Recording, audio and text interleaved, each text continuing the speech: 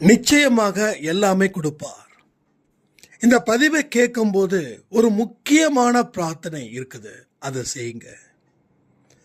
கசப்புல இருந்து இனிப்புக்கு வந்தா அந்த இனிப்பு தான் கடைசி வரைக்கும் இருக்கும். இங்க இருக்கிற அவங்க அத்தனை பேரும் ஒரு துன்பத்துல அடைப்பட்டுக்கிட்டு இருக்கிறோம்.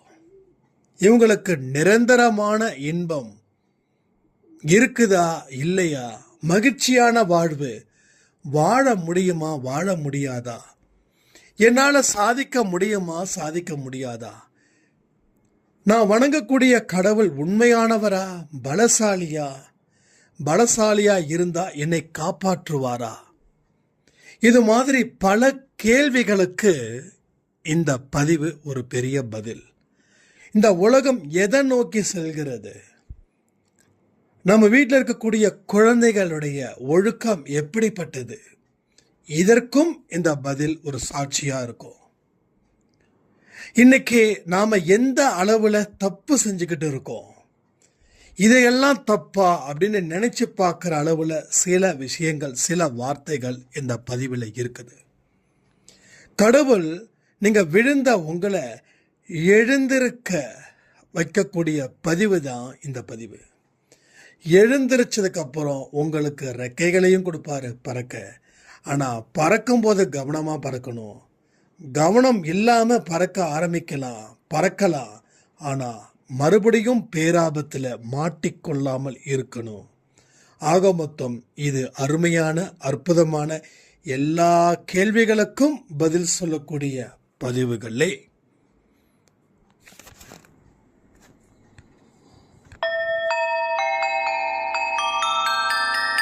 ஓம் சாயிரா சாயிரா, ஓம் சாயிரா சாயிரா, ஓம் சாயிரா சாயிரா, அன்பே சாயிரா, பேரன்பே சாயிரா, அகிலம் தளிக்க ஆத்மா விழிக்க அனுதினம் சாயிரா, எங்கள் அன்பே சாயிரா.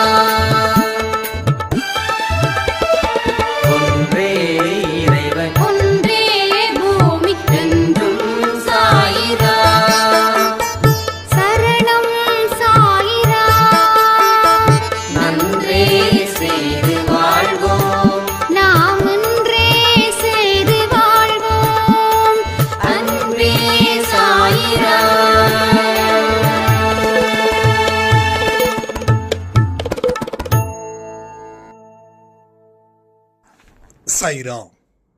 என் உயிரின் உயிரானவர்களே, ஒவ்வொரு நொடி பொழுதும் சாயப்பாவுடைய ஆதிக்கம் என் மேல இருக்கிறது போல இருக்குது. என்ன உறுதியா தயார்படுத்துகிறார். நாங்க 15 வருஷமா சாயப்பாவை வணங்கிக்கிட்டு இருக்கிறோம். ஆனா இப்போ ஒரு புது தெம்போட நான் இங்க இருக்கிறேன். இதுக்கு முன்னாடி இருக்கக்கூடிய ஒரு வைப்ரேஷனை விட இப்ப இருக்கக்கூடிய வைப்ரேஷன் என்னோட மென்டலியும் நல்லா ஸ்ட்ராங்கா இருக்கு, என்னுடைய பாடியும் நல்லா ஸ்ட்ராங்கா இருக்கு. இன்னைக்கு காலையில நீங்க 10 மணிக்கு சாய் குரு அப்படின்ற சேனல்ல அந்த ஆடியோவை கேட்கும் போது என்னுடைய கண்கள்ல இருந்து கண்ணீர் பெருக்கெடுத்து ஓடுச்சு. ஏன்னா நான் என்ன நினைச்சேனோ அது அப்படியே அந்த பதிவில் இருக்குது.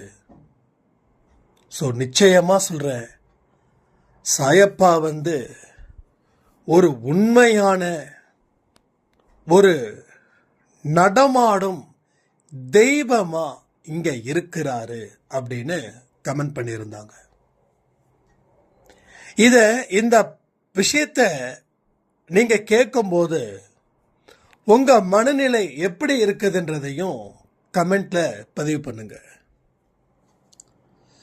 எந்த கடவுளா இருந்தாலும் அந்த கடவுளுக்கு உயிர் இருக்கு, சக்தி இருக்கு, உணர்வும் இருக்கு, உயிர் இருக்கு, சக்தி இருக்கு, உணர்வும் இருக்கு.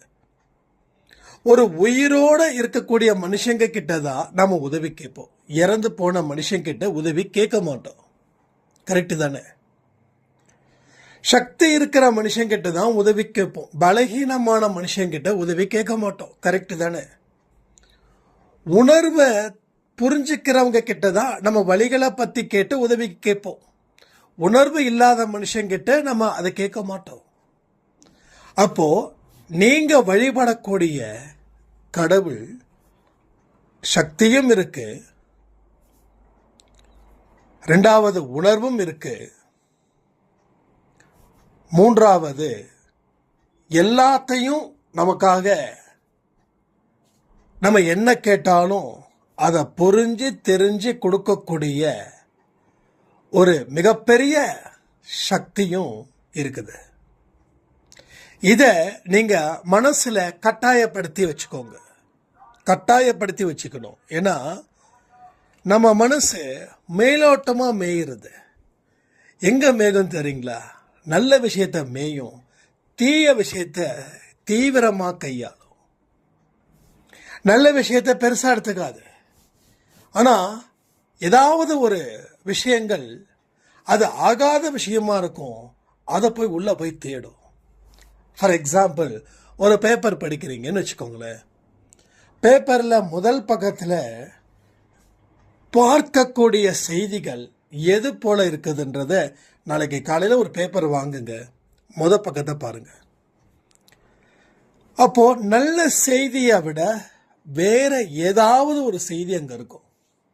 நல்ல செய்தி எங்க தெரியுமா இருக்கும்? கடைசி பக்கத்தில் ஒரு சின்னதா ஒரு கட்டத்துக்குள்ள நல்ல செய்தி இருக்கும். மக்களுடைய மனநிலை தான் இன்னைக்கு எல்லாமே வெளிப்படுத்தக்கூடிய விதமா இருக்குது. இன்னைக்கு ஒரு இடத்துல மோசமான நிலைமை இருக்குதுன்னா அது மக்களுடைய மனநிலையோடைய பிரதிபலிப்பு தானே தவிர வேற எதுவும் இல்லை. இப்போ ஓப்பனா சொல்லணும்னா இந்த உலகம் நெகட்டிவா பேஸ் பண்ணி தான் போய்கிட்டு இருக்குது. பாசிட்டிவ் இல்லை, நெகட்டிவாவே இருக்குது எல்லா பக்கமும். நம்ம தாத்தாவுக்கு தாத்தா வாழ்ந்த காலத்துல இந்த உலகம் தான் இருந்தது. ஆனா அன்னைக்கு இந்த மாதிரியான எண்ணங்கள், இந்த மாதிரியான ஆசைகள் இல்லை. உதாரணத்துக்கு சொல்லவா, ஊருக்கு ஒதுக்குப்புறத்துல சாராய கடை இருக்கும். அந்த சாராயத்தை ஊருக்கு தெரியாம குடிச்சிட்டு ஊருக்குள்ள வருவாங்க. ஆனா இன்னைக்கு ஊருக்குள்ளேயே சாராய கடை, யாரை பார்த்தாலும் எந்த பயமும் இல்லை. குடிக்கிறது ஒரு ட்ரெண்டா, ஒரு ஃபேஷனா, ஒரு நாகரிகமா போயிடுச்சு. குடிக்கலைன்னா அவனை நீ எதுக்கோ லாய்க்கில்லாதவன் அப்படின்னு சொல்லக்கூடிய நிலைமை இன்னைக்கு வந்துச்சா இல்லையா? அப்போ இந்த உலகம் எதை நோக்கி போகுதுன்றத நான் இதுக்கு மேல சொல்லி புரிய வைக்க வேண்டிய அவசியமும் இல்லை. ஏன்னா ஒவ்வொரு வீட்டிலையும் இது நடக்குது. ஒன்றும் இல்லை, 10வது தான் என் பையன் படிக்கிறான், அவன் குடிக்கிறான். ஏன்டா குடிச்சேன்னு கேட்டா, நீ இப்படியே மிரட்டிட்டு இருந்தா நான் தற்கொலை பண்ணிப்பேன்னு சொல்லி மிரட்டுறான். 10வது படிக்கக்கூடிய ஒரு பையன், அவன் பெரிய ஸ்கூல்ல படிக்கிறான். ஆனா அந்த ஸ்கூல்ல படிக்கக்கூடிய பையன் தான் அவன் தண்ணி அடிக்கிறான். அப்ப கல்ச்சர் எங்க போகுதுன்னா ஒரு வீணான பாதைக்கும் அதுல இருந்து வெளிவர மீள முடியாத ஒரு கேவலமான இடத்துக்கும் தான் இன்னைக்கு இந்த கல்ச்சர் அழைச்சிக்கிட்டு போகுது. அப்போ இதெல்லாம் தெரிஞ்சு நம்ம என்ன பண்ணணும் அப்படின்றது தான் மிக முக்கியம். இதுக்கெல்லாம் ஒரே விஷயம், நீங்க கடவுள்கிட்ட சரணாகதி அடைகிறத தவிர வேற எதனாலையும் யாரையும் திருத்த முடியாது. இப்ப பெத்தவங்க கிட்ட இந்த பையன் இப்படி பேசுறான் அப்படின்னும் போது பெத்தவங்க திருத்த முயற்சிப்பாங்களா, இல்ல போய் தொலைதுன்னு விடுவாங்களா? ஏன்னா அவன் செத்து போகிறேன்னு சொல்றான், போதையில அந்த அளவுக்கு அடிமையாய் நிக்கிறான். பெத்தவங்க இல்லைனாலும் போதை இருந்தால் போதும்னு நினைக்கிற அளவுக்கு 10வது படிக்கக்கூடிய மாணவன், நல்லா புரிஞ்சுக்கோங்க. அதுக்கப்புறம் அவங்ககிட்ட சொல்லிட்டேன், கவுன்சிலிங் கூட்டு போங்க, இதெல்லாம் செய்யுங்க, இதெல்லாம் பண்ணுங்க. ஏன்னா அம்மாவும் ஒர்க் பண்ணுறாங்க, அப்பாவும் ஒர்க் பண்ணுறாங்க, வீட்டில் யாரும் இல்லை, தனிமை. அதாவது எல்லாருக்குமே தனிமை. இன்னைக்கு என்ன நடக்குதுன்னா 80% தீமையான வழிகளை தேர்ந்தெடுக்கிறதுக்காக தான் அந்த தனிமை இருக்குது. கூட்டு குடும்பமாக இருந்தால் தாத்தா இருப்பாங்க, பாட்டி இருப்பாங்க, என்ன ஏதுன்னு பேசலாம். அந்த பையன் தவிச்சு போவான். கண்டிப்பாக அந்த பையன்கிட்ட ஒரு அழுத்தமான கதை டெஃபினட்டாக இருக்கும். அம்மா வேலைக்கு போகிறாங்க, அப்பா வேலைக்கு போகிறாங்க. அப்போ பையன் ஸ்கூல் விட்டு 4 மணிக்கு வரான். பெற்றவங்க நைட்டு 9-9:30 மணிக்கு வராங்க. அப்போ பெற்றவங்க வேலைக்கு போகிறத தடுக்க முடியாது, பையன் தனியாக இருக்கிறத தடுக்க முடியாது, அப்போ பையன் கெட்ட வழியில் போகிறதையும் தடுக்க முடியாது. புரியுதா உங்களுக்கு? ஸோ கூட்டு குடும்பம் வேண்டாம், பெற்றவங்கெல்லாம் ரொம்ப ஒரு மாதிரி எப்போ பார்த்தாலும் ஏதாவது ஒன்று சொல்லிக்கிட்டே இருப்பாங்க அப்படின்னு நினைக்கிறவங்க ஜாஸ்தி. அப்படி நினைக்கிறதால பையன் தருதலையாக மாறுறதும் ஜாஸ்தி. எல்லா விஷயத்துலேயும் சௌகரியத்தை பார்த்திங்கன்னா அசௌகரியமான ஒரு இடமும் இருக்கும். நல்லதில் கெட்டது இல்லையா, கெட்டதில் நல்லது இல்லையா, அது போல. அப்போ எல்லா மனிதர்களையும் நாம் மதிக்கணும். பர்டிகுலராக பெரியவர்களை மதிக்கணும். காசு இருக்குதுன்னு பெரியவர்களை மதிக்காமல் இருப்பது நாளைக்கு உங்கள் பிள்ளைங்க உங்களுக்கு ஒரு மிகப்பெரிய வழியை ஏற்படுத்தி உங்களை தலைக்குனிய வைப்பாங்க. அப்போ நீங்கள் சம்பாதிச்சது எதுக்குடான்னு நீங்கள் தலையில் அடிச்சுக்கிட்டு அழுவுறது போல மாறிடும். வாழ்க்கையில் என்ன புரிஞ்சு வச்சுட்டு இருக்கோன்னு தெரியல. ஆனால் நாம் தப்பாக புரிஞ்சுக்கிட்டு நான் தான் உலகத்தில் அறிவாளின்னு சொல்லிக் கொள்ளுகிற ஒரு முட்டாள் கூட்டமும் இங்கே இருக்குது. என் குடும்பத்தை யாரும் எந்த விதத்திலையும் யாரும் எதுவும் பேசக்கூடாது. என் மகன் தங்கமானவன், என் மகள் தங்கமானவள். தங்கமானவனா தங்கமானவளா அப்படின்றத வீட்டுக்குள்ளே வச்சு உரசி பார்க்க முடியாது, வெளியில் போனால் தான் உரசி பார்க்க முடியும். தங்கமாக இருந்தால் சந்தோஷம், ஒருவேளை பித்தளையாக இருந்தால். அப்போ பெரியவர்களோட வழிகாட்டுதல் இங்கே யாருக்கும் தேவையில்லைன்ற ஒரு மதமதப்பு, ஒரு ஆணவம், ஒரு திமிர், ஒரு அகங்காரம், இது இருந்துருச்சுன்னா என்ன நடக்குமோ அது இங்கே சிறப்பாக நடக்குது. அப்போ எல்லா விஷயத்திலையும் எந்த அளவுக்கு மோசமான விஷயங்கள் அதிகமாக இருக்குதுன்றத நீங்கள் தெரிஞ்சுக்க முயற்சி பண்ணுங்க. அப்போதான் அதில் இருந்து இயல்பான ஒரு நிலைக்கு நீங்கள் வந்து அசாதாரணமான ஒரு வெற்றியை நீங்கள் இந்த மண்ணில் பெற முடியும். அஸ்திவாரம் ஸ்ட்ராங்காக இருக்கணும். அஸ்திவாரம் ஸ்ட்ராங்காக இல்லாமல் பில்டிங்கை கட்டினா என்னைக்கு வேணாலும் அது இடிஞ்சு விழுந்துடும். ஸோ அஸ்திவாரம் அவ்வளவு ஸ்ட்ராங். அப்போது இந்த இடத்துல என்னென்னா கடவுளோட பக்தி, டிசிப்ளின், இந்த மாதிரியான விஷயங்கள் ஒவ்வொரு மனுஷனுக்கும் அடிப்படை தேவை இருக்குது. அந்த அடிப்படை தேவை இருக்கும்போது தான் நீங்கள் உண்மையாக இருக்க முடியும், நிலையாக நிற்க முடியும்.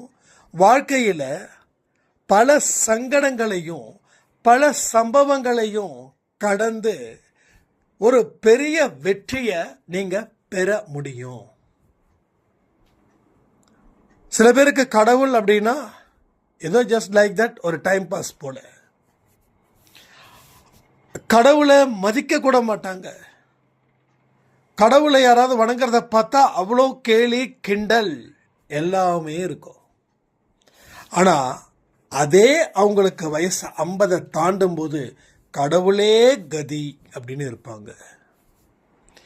இளமையிலேயே கடவுளுடைய பாதத்தில் எவன் ஒருவன் சரணாகதி தத்துவத்தை அடைகிறானோ அவன் முதுமையில அரசனை போல வாழுவான். இளமையில கடவுளை உதாசீனப்படுத்துறவன் முதுமையில மோசமான நிலைமையில தள்ளப்படுவான். ஏன்னா நீ கடவுளை கும்பிட்டன்னா ஆட்டோமேட்டிக்காக உனக்கு என்ன வருது? ஒழுக்கம், உண்மை, நல்ல எண்ணங்கள் உன்னை சூழ்ந்துக்கும். கடவுள் இல்லைன்னா கெட்ட எண்ணங்கள் சூழ்ந்துக்கும். ஏதோ ஒரு எண்ணங்களை அடிப்படையாக வச்சு தான் இங்கே வாழ்ந்துக்கிட்டு இருக்கிறோம். அப்போ எந்த எண்ணங்களை அடிப்படையாக வைத்தா எப்படி ஒரு உயர்வான வாழ்க்கையை வாழ முடியும்னு யோசிக்கணும். யோசிச்சதுக்கப்புறம் அதை செயல்படுத்தணும். செயல்படுத்தும் போது ஒரு பத்தியம் இருப்பது போல எண்ணங்களில் பத்தியம் இருக்கணும். உணவில் சொல்லுவாங்க டாக்டர்ஸுங்க, இதுக்கு மேலே நீ உப்பை சாப்பிட்டேன்னா, இதுக்கு மேலே காரத்தை சாப்பிட்டேன்னா உன் குடல் தாங்காதுன்னு. இப்போ ருசி முக்கியமா உயிர் முக்கியமா? உயிர் தானே முக்கியம். அதே போல இங்கேயும் மோசமான எண்ணங்களால் உன் வாழ்க்கை நடுத்தெருவுக்கு வந்துடும். நல்ல எண்ணங்களால் நீ ராஜ கம்பீரத்துடன் வாழுவ. எது முக்கியம்? அப்போ எது முக்கியமோ அதை இங்கே கமெண்ட்ல பதிவு பண்ணுங்க. அதை செயல்படுத்த ஆரம்பிங்க. முயற்சிகள் நிச்சயமா இதுவரைக்கும் திருவினை ஆக்கல, இப்போ முயற்சியும் திருவினை ஆக்கும். உழைப்பு பெரிய அளவுல பலன் கொடுக்கும். அப்போ எல்லா நல்ல விஷயத்தையும் நாம செய்ய மறுக்கிறதால எந்த நல்ல வாழ்க்கையும் நமக்கு வர மறுக்குது. நீ எதை கையில் எடுக்கிறியோ அது மட்டும்தான் உனக்கு சொந்தம். இங்க நல்ல எண்ணங்களும் இருக்குது, அதை கையில் எடுக்கிற ஒருவனும் இல்லை. ஆனால் கெட்ட எண்ணங்களும் கடையில் விற்கிறாங்க, அதை கையில் எடுக்க ஒரு கூட்டம் அலைமோதிக்கிட்டே இருக்குது. ஸோ நல்லதை இங்கே விற்பனை பண்ணவே முடியல. ஆனால் கெட்டதை இங்கே விற்பனை பண்ணுறதுக்கு பொருள் பத்த மாட்டேங்குது, டிமாண்ட் அதிகமாகிட்டே இருக்குது. இதுதான் இங்கே நடக்குது, இதுதான் உண்மையும். நல்ல இடத்துல விற்கிற பொருள் 4 பேர் 5 பேருக்கு காற்று ஓடுது. ஆனால் கெட்டது விற்கக்கூடிய இடத்துல பயங்கரமாக பிஸியாக இருக்குது. ஒவ்வொரு டாஸ்மாக் கடையை முன்னாடி போய் பாருங்கள், சனிக்கிழமை ஞாயிற்றுக்கிழமைலாம் ஏதோ ஒரு திருவிழா கூட்டம் சேர்றது போல இருக்கும். அடுத்த 2 நாள் டாஸ்மாக் கடை லீவுனா ஃபுல்லாக இருக்கும். அதை குடித்தா விஷம்னு தெரியும் மனுஷனுக்கு. ஆனால் விஷம்னு தெரிஞ்சும் மனுஷன் கொடுக்குறானா அவனை விட முட்டாள் உலகத்தில் யாருமே கிடையாது. இது சொன்ன உடனே எல்லாரும் சொல்லுவீங்களே, நல்லா சொல்லுங்க தம்பி, கரெக்டு தம்பி அப்படின்னு. எஸ், நிச்சயமாக தான் சொல்ல முடியும். உயிர் போகக்கூடிய ஒரு விஷயத்தை நீ குடிக்கிறனா உனக்கு அறிவுன்றது இல்லைன்னு தானே அர்த்தம். உங்கள் விருப்பம் எங்கே இருக்குதோ அதற்கு ஏற்றதை போல உங்கள் வாழ்க்கையும் அமையும். அப்போ இதை எல்லாத்தையும் நீங்கள் கன்சிடர் பண்ணுங்க. இந்த உலகம் நிச்சயமாக எங்கேயோ போகுது. ஆனால் அந்த இடத்துக்கு தப்பி தவறி கூட நாம் போகாமல் இருப்பது நமக்கு நல்லது. ஏன்னா எல்லா மனுஷனும் காணாமல் போகிறான். சிலர் மட்டும்தான் அடையாளத்தை ஏற்படுத்த முடியுது. அந்த சிலரா நீங்க இருக்கணும் அப்படின்றது தான் இங்க அன்பேசாயுடைய விருப்பம். அப்போ கடவுள் பலம் வாய்ந்தவர், உண்மையானவர், உங்களுடைய வேண்டுதல்களை எல்லாத்தையும் நிறைவேற்றி கொடுப்பவர், உங்களுக்கு தகுந்த பதில்களையும் வழங்கக்கூடியவர். கேள்வியும் அவரே, பதிலும் அவரே. ஒரு கேள்வி உங்ககிட்ட வருதுன்னா அந்த கேள்வியை எழுப்பினது யாரு? உங்களுக்கு ஒரு பதில் கிடைக்குதுன்னா அந்த பதிலை கொடுத்தது யாரு? இங்க பல விஷயங்கள் கேள்விகள் மூலமாக தான்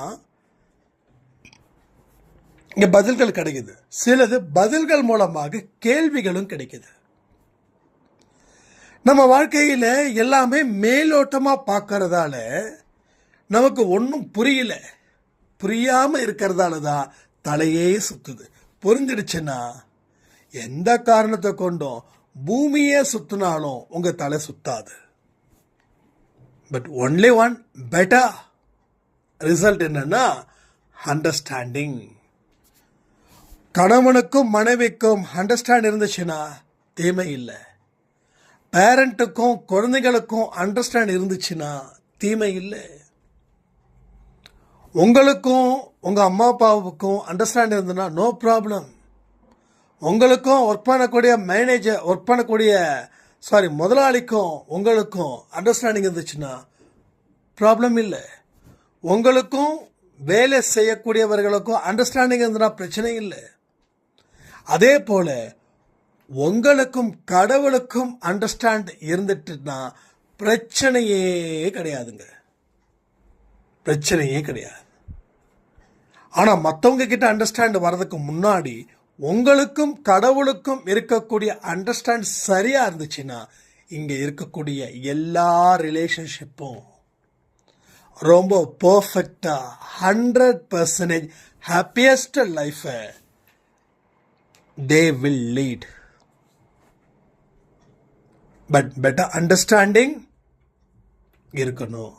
இருந்தா மட்டும்தான் நீங்க நல்ல லைஃபை இந்த உலகத்தில் வாழ முடியும், சாதிக்க முடியும்.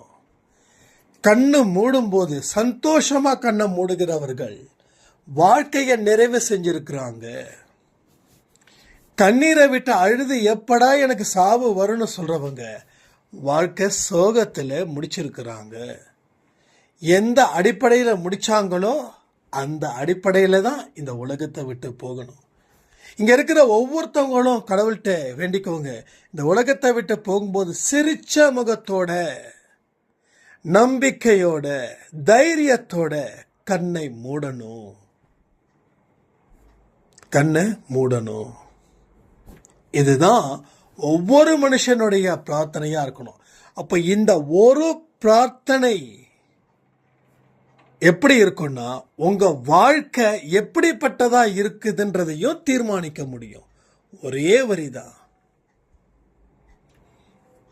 அப்ப நான் இப்படிதான் வாழணும், இப்படிதான் இந்த உலகத்தை விட்டு போகணும் அப்படின்னு நினைச்சா அந்த மாதிரி வாழறவ மட்டும்தான் அந்த பிரார்த்தனையை கேட்க முடியும். அந்த மாதிரியான வாழ்க்கையை தான் இங்க வாழணும். அதை தான் இங்க அன்பே சாய் குடும்பம் உங்களுக்கு தெளிவான ஒரு வழியையும் காட்டுது. அதற்கு இருக்கக்கூடிய சவால்களை எப்படி முறியடிக்க முடியுன்ற வார்த்தைகளையும் பலமா சொல்லிக்கிட்டே இருக்குது. 1000 சவால்கள் இல்லைங்க, கோடி சவால்கள் வந்தாலும் ஒன்னால அந்த சவாலை உடைக்க முடியும். உடைச்சி அதை மாலையா போட்டுக்கவும் முடியும். உன்னோட திறமையும் ஆற்றலும் சக்தியும் பெரிது. ஏன்னா கடவுளுக்கும் உனக்கும் பெட்டர் அண்டர்ஸ்டாண்டிங்ல நீங்க இருக்கும்போது இன்னைக்கு இருக்கக்கூடிய கசப்பு நாளைக்கு இனிப்பா மாறாதான். ஸோ இனிப்பாக மாறும். கசக்கிறதுக்கு பின்னாடி வரக்கூடிய இனிப்பு ரொம்ப ஸ்ட்ராங்கா இருக்கும். எடுத்தவொடனே வரக்கூடிய இனிப்பு கசப்பா மாறிடும். கசப்பு இனிப்பா மாறுவது போல இனிப்பும் கசப்பாக மாறும். அதை புரிஞ்சுக்கணும். அப்போ இப்ப நம்ம கசப்புல இருக்கோமா, சந்தோஷம். கடவுளுக்கு 2 கைகளை தூக்கி நன்றிகள் சொல்ல முடியுமா? இப்போ நீங்க ஒரு ஆடியோவில் தானே கேட்டுட்டு இருக்கீங்க. உங்க 2 கையும் ஃப்ரீயா தானே இருக்குது. இல்லைனாலும் பரவாயில்ல, போனை கீழே வைங்க, லவுட் ஸ்பீக்கர் போடுங்க, அப்படியே ஆடியோ கண்டினியூ பண்ணுங்க. அப்படியே வந்து தலைக்கு மேலே கை வச்சு நன்றி அப்படின்னு ஒரே வார்த்தை சொல்லுங்க. சாரி, நீங்கள் ஆடியோ யூடியூப் தானே பார்க்குறீங்க, ரைட். அது வந்து வெளியில் தானே வரும் ஆடியோ, ஒன்றும் பிரச்சனை இல்லை. 2 கரங்களை கூப்பி நன்றி சொல். நீ துன்பத்தில் இருக்கும்போது நன்றி சொல். அதுதான் உன் வாழ்க்கைக்கு மிகப்பெரிய ஒரு வெளிச்சத்தை அது ஏற்படுத்தும். என்னோட சிஸ்டர் வந்திருக்காங்க, அவங்க கிட்ட நான் சொன்னேன், என் லைஃப்பில் ஏதோ விஷயங்கள் பேசும்போது அம்மா ஆரம்பித்தாங்க, இது மாதிரி நம்ம இவ்வளோ கஷ்டப்பட்டம்மா இவன் வந்தான் அப்படின்னாங்க. அப்போ வந்து நான் தான் சொன்னேன், நான் வந்ததுக்கு காரணமே கடவுள் தான். கடவுளை வணங்கும் போது உட்காரும் போது தான் எனக்கு பிரச்சனையே ஸ்டார்ட் ஆச்சு அப்படின்னு. ஆனால் எப்படி அதை நீ கண்டினியூ பண்ண? அப்போதான் அதான் சொன்ன, அதான் கடவுளுடைய விருப்பம் அப்படின்னு. அப்போது உன்னோட எத்தனை சவால்களை வந்தாலும் அதை உடைச்சி மாலையாக போட்டுக்க முடியும். அப்போ அன்னைக்கு வந்த பிரச்சனை தான் இன்னைக்கு நான் மாலையாக போட்டுக்கிட்டு இருக்கேன். அதாவது 4 பேர் மதிக்கிற அளவில் நான் இருக்கேன். அன்னைக்கு அந்த ப்ராப்ளம், அந்த சவால் வரலைன்னா நான் இல்லை. அதான் சொன்னேன், கசப்பு இனிப்பாக மாறும், இனிப்பு கசப்பாக மாறும்.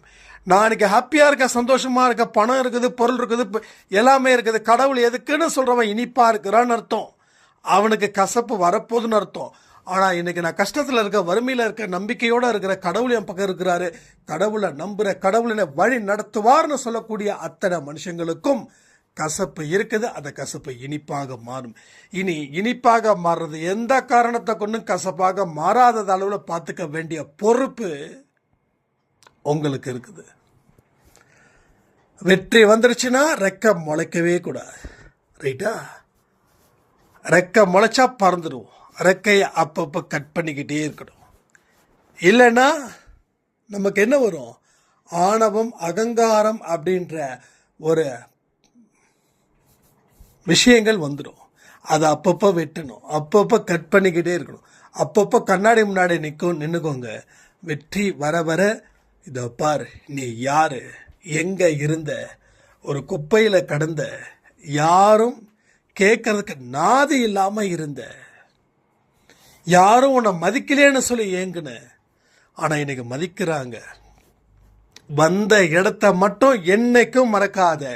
நீ மறந்துட்டனா மீண்டும் அந்த இடத்துக்கு போயிடுவ. நான் சொன்னது ஏதாவது தப்பு இருக்குதான்னு சொல்லுங்க. கஷ்டப்பட்டான்ப்பா, உழைச்சான்ப்பா, ஆனால் திடீர்னு பணக்காரனானா, அதுக்கப்புறம் யாரையும் மதிக்கலப்பா இப்படின்னு சொன்னவங்க கொஞ்சம் வருஷம் கழிச்சு நல்லா தான் இருந்தான், என்னாச்சுன்னு தெரியல, சம்பாதிச்சது எல்லாத்தையும் விட்டுட்டான்ப்பா. கேள்விப்பட்டிருக்கீங்களா எங்கேயாவது? நான் நிறைய பேரை கேள்விப்பட்டிருக்கேன். கஷ்டப்படும் போது ஒரு விதமான மனசு, வெற்றி அடையும் போது வேறு ஒரு விதமான மனசு. கடவுள் அந்த மனசை விரும்பல. இவன் யாரு கொடுத்தான்றதையும் மறந்துட்டான். இவன் தனக்குள்ள இருக்கக்கூடிய திறமைகளால வந்தன்னு என்னைக்கு நினைச்சானோ அன்னைக்கே அவனுடைய சிறகுகள் கொஞ்சம் கொஞ்சமாக பிடுங்கப்பட்டது.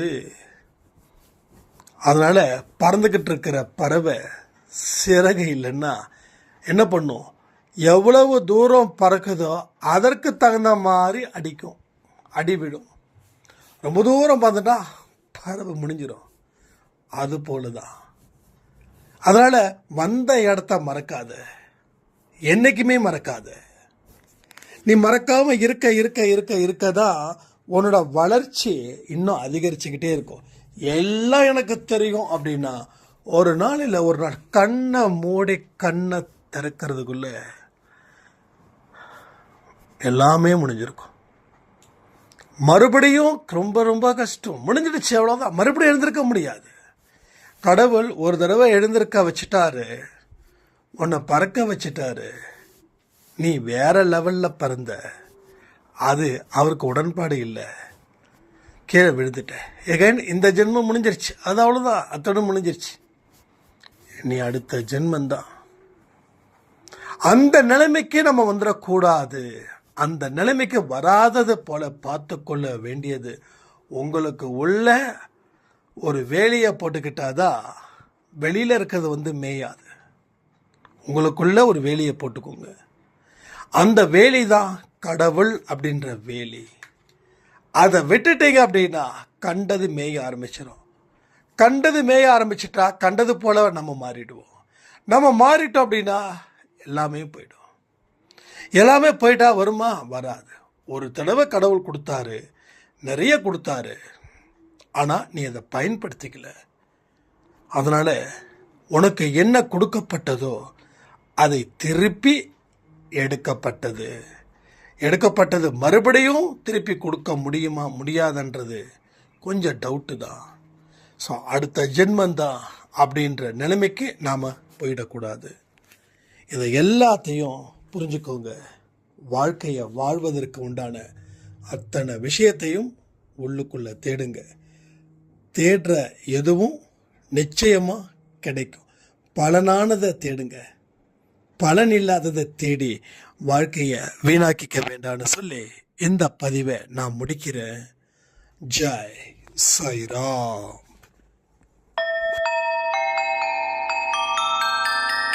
ஓம் சாயிராம்.